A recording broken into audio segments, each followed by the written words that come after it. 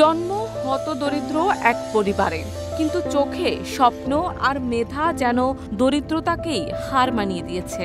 কঠোর পরিশ্রম করে নিজের স্থান নিশ্চিত করেছে জগন্নাথ বিশ্ববিদ্যালয়ের ভর্তি পরীক্ষায় মেধা তালিকায়। নদী ভাঙ্গন ও চরম দারিদ্র্যের মাঝেও হার মানেনি তাহমিনা আক্তারের স্বপ্ন। কোচিং করার সামর্থ্য না থাকায় পুরনো বই জোগাড় করেই নিজের মতো করে প্রস্তুতি নিয়েছে ভর্তি পরীক্ষার। নিজের আত্মবিশ্বাস ও অধ্যবসায়ের জোরে কোনো ধরনের কোচিং ছাড়াই জগন্নাথ বিশ্ববিদ্যালয়ের ভর্তি পরীক্ষায় অংশ নিয়ে মেধা তালিকায় জায়গা করে নেয় তাহমিনা। এত পড়াশোনা করে কি হবে? মেয়ে মানুষ পড়াশোনা করে কি কিছু করতে পারবে নাকি? চাকরি করবে নাকি?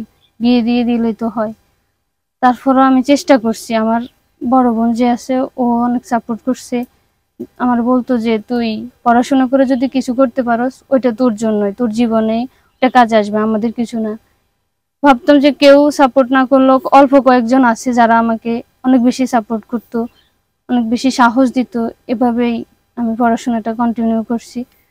যে অল্প কয়েকজন হলেও হয়তো আমার উপর আস্থা রাখছে, তাদের আস্থার জায়গা থেকে আমি যেন তাদেরকে ভালো কিছু একটা দিতে পারি।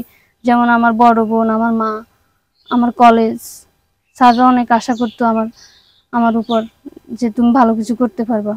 নোয়াখালীর উপকূলীয় উপজেলা হাতিয়ার হরণী ইউনিয়নের ৭ নম্বর ওয়ার্ডের প্রত্যন্ত জোটখালী গ্রামের মেয়ে তাহমিনা।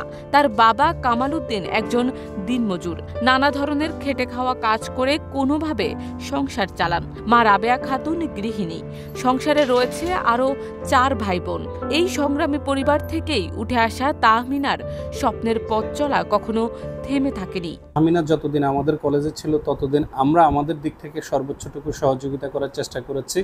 তার এই ধারাবাহিকতায় তাহমিনা তার মেধার স্বাক্ষর রেখে জগন্নাথ বিশ্ববিদ্যালয়ে একটি ভালো সাবজেক্টে ভর্তি হওয়ার সুযোগ পেয়েছে। তবে এখন তার পরিবার খুবই দুশ্চিন্তার মধ্যে আছে যে আগামীতে তার লেখাপড়া কিভাবে চলবে বা তার ভর্তিটা কিভাবে নিশ্চয়ন করা যায়, যেহেতু তার পরিবার অর্থনৈতিকভাবে তেমন স্বাবলম্বী নয়।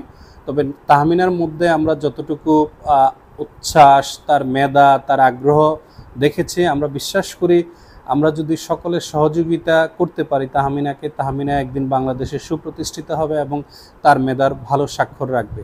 তবে এই আনন্দের মুহূর্তে নতুন এক দুশ্চিন্তার মুখোমুখি তাহমিনার পরিবার।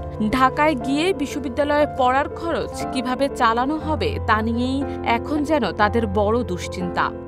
আমার মেয়ে পড়ালেখা খুব কষ্ট করে পড়ালেখা করছে। মানুষের মেয়েরা কতখানে যায়, কোচিং করে, কত কিছু করে, আমি মেয়ের কিছু করাইতে পারিনি।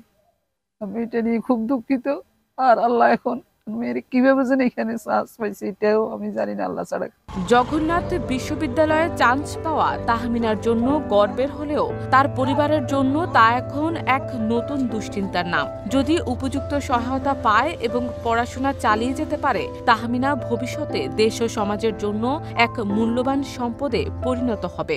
ভর্তি হব, কোথায় থাকবো, কিভাবে কি করব, যে বই জোগাড় করা, বিভিন্ন শারবিন নিশু, ঢাকা পোস্ট। থাকার ব্যবস্থা, অনেক দুশ্চিন্তায় আছি। আমার ফ্যামিলিও এটা নিয়ে চিন্তা করে যে কে খরচ দিবে। এতদিন বাড়িতে ছিলাম, বাড়িতে খাওয়া দাওয়া করতাম বা